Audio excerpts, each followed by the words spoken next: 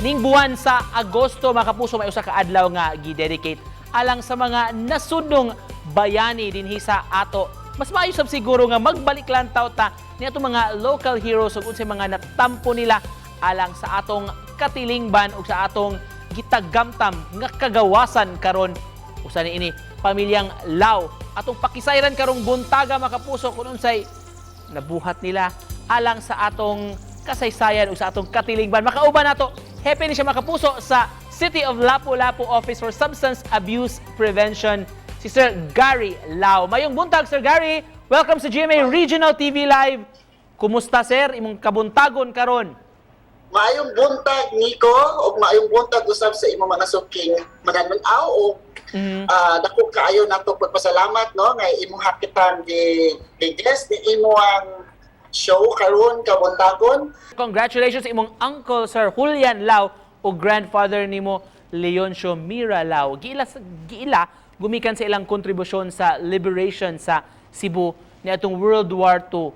So may gibati ninyong pamilyahaan ni sir.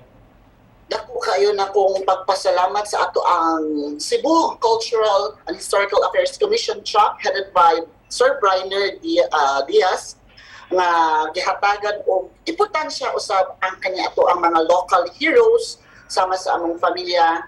Can you state to us briefly, Sir Gar, unsa may nabuhat ato, sir, unsa may natabang natampo nila sa pag-liberate sa Cebu gikan sa kamot sa mga mananakop? Yes, ang grandfather si Leoncio Mira Lau, he was a surgeon and at the same time he was a World War soldier. Unfortunately, he died in 1942 during the war kay ni-escapo man siya. Ni-escapo man siya atong pagagubat na ito siya karkar. Unfortunately, dito sa karka, dito siya namatay because nikatkat ko siya kisame niya, natagak at iyahang pistola. So nakita siya sa mga Hapon, then he was shot. And then si Leoncio was before the war, he served as one of the doctors diya sa munisipyo sa lungsod sa Cordoba. Si Julian Lau, my uncle, siya ang usas naka-spare sa balay. So at that time during the war, gisakop naman sa mga Hapon, especially giadto na ang amuang balay, karaang balay, sunugo naman unta to. But fortunately, it was spared because of Julian's intervention. Because he knows how to speak Japanese aside from Chinese, so kabaw man siya mo-ininsik. So tungod di ato, na-hold ang loob sa mga Hapon ni Julian. Si Julian sab, ang atong uyuan, responsible po siya sa pag-escape po sa mga pipila ka mga Pilipino, mga Sugbuanon na priso diha sa underground, diha sa Cebu Normal Building. Sir Gar, na-amaze na ko sa imong pagka-knowledgeable gyud ani sa history sa inyong pamilya.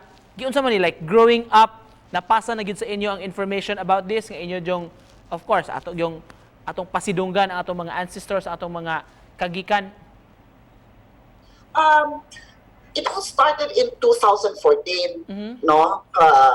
Kay nabighay kinsa man because sa balay man gud kami mga pictures. And then nakapangutan na ko sa ako ang iyaan karon, which is and my father also, duha na lang sila buhi. Nakapangutan na ko sa akong iyaan, 86 years old na siya. And then nimo siya nga gistoryaan niya sa history sa pamilya. Ako kung papa ipangutan na gistoryaan ko. So diha akong ipang connect and it took me mga pila jud ka tuig para pag-connect the dots. So kini nga mga handumanan, Sir Gar, pictures, mga karaan nga magamit nani tanan sa inyong ancestral house sa Barangay Tejero. Yes, naani karon ato aning gitaguan. No, it's all by me including the pictures. Unfortunately, wala ang mga medals kay naaman because Sergeant Julian died in California. So naadito siya mga anak. Isip panapos lang, sir, pasensya kayo, medyo limitado atong oras sa television. Unsay gusto nimong ipaabot nga mensahe sa atong mga viewers sa buntaga? Ato alang panawagan sa atong katawhan, ilabi na sa atong kabatanunan na musunod lang tag-on sa isulti sa atong gobyerno, then stay at home, and then ang tinuod nga hero will exhibit an extraordinary selflessness above and beyond call of duty.